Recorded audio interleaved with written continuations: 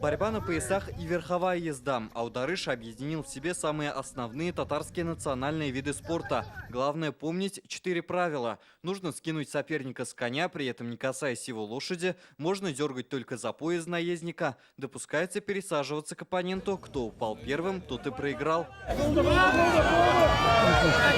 Аударыш – древний вид спорта тюркских народов. Так сражались еще наши предки. Мастерство, техника, хитрость. Самое главное, я думаю, эти качества борцы все это, наверное, знают. Это не просто. Здесь есть своя тактика, есть свои так будем говорить, приемы. Можно любые приемы. Просто нельзя следующее.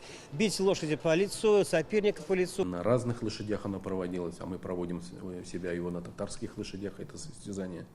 То есть вот 100 лет практически прошло, да уже больше 100 лет, эта игра, как бы борьба на лошадях возвращается заново. Борются на круглой арене диаметром 40 метров. Издавна аударыш был главным поединком на свадьбах, семейных торжествах и сабантуях. В последние годы его активно проводят на Изгабылгар-Жина, на дне коня в Арске. В этом году сражались на сармановском празднике плуга.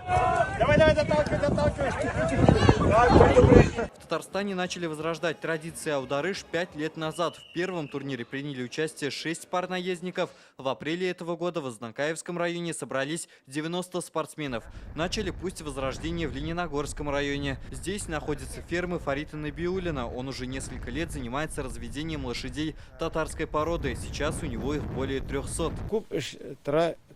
Все зависит от самого человека. Если есть желание, можно и горы свернуть. А возрождать то, что было уже придумано, еще легче. У татар мужчин называется ират. В этом слове лошадь упомянута не зря. Татарских мужчин невозможно представить без коней, и они должны гордиться этим. Сейчас в республике более 1000 татарских лошадей. Аударыш дает возможность популяризировать эту редкую породу, говорят эксперты. Хозяйство с завистью смотрят на это мероприятие, поэтому начинают разводить татарских лошадей. То есть популяризация идет в этом плане еще. Но у нас в республике работают 3 сильнейших оригинатора. Это делится потомством, да, то есть продают потомство и жеребят, и кобыл татарских пород.